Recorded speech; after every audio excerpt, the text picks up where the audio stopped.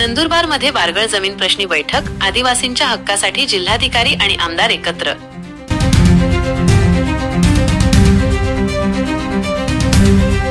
दीपक गोसावी।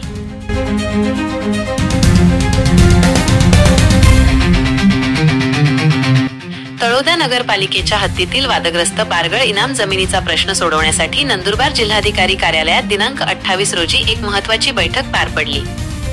या बैठकीत जिल्हाधिकारी डॉक्टर मिताली सेठी यांनी संबंधित विभागांना 2 आठवड्यांच्या आत या जमिनीच्या सद्यस्थितीचा सखोल अहवाल सादर करण्याचे आदेश दिले आहेत।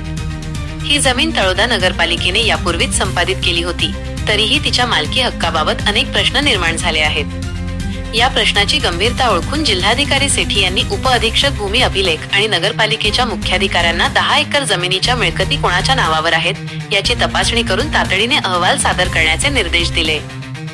या प्रश्नावर शिवसेनेचे आमदार चंद्रकांत रघुवंशी यांनी पावसाळी अधिवेशनात लक्षवेधी सूचना मांडली होती। त्याच अनुषंगाने ही बैठक आयोजित करण्यात आली होती। बैठकीत आमदार रघुवंशी यांनी आदिवासी बांधवांना भेडसावणाऱ्या समस्यांकडे लक्ष वेधले।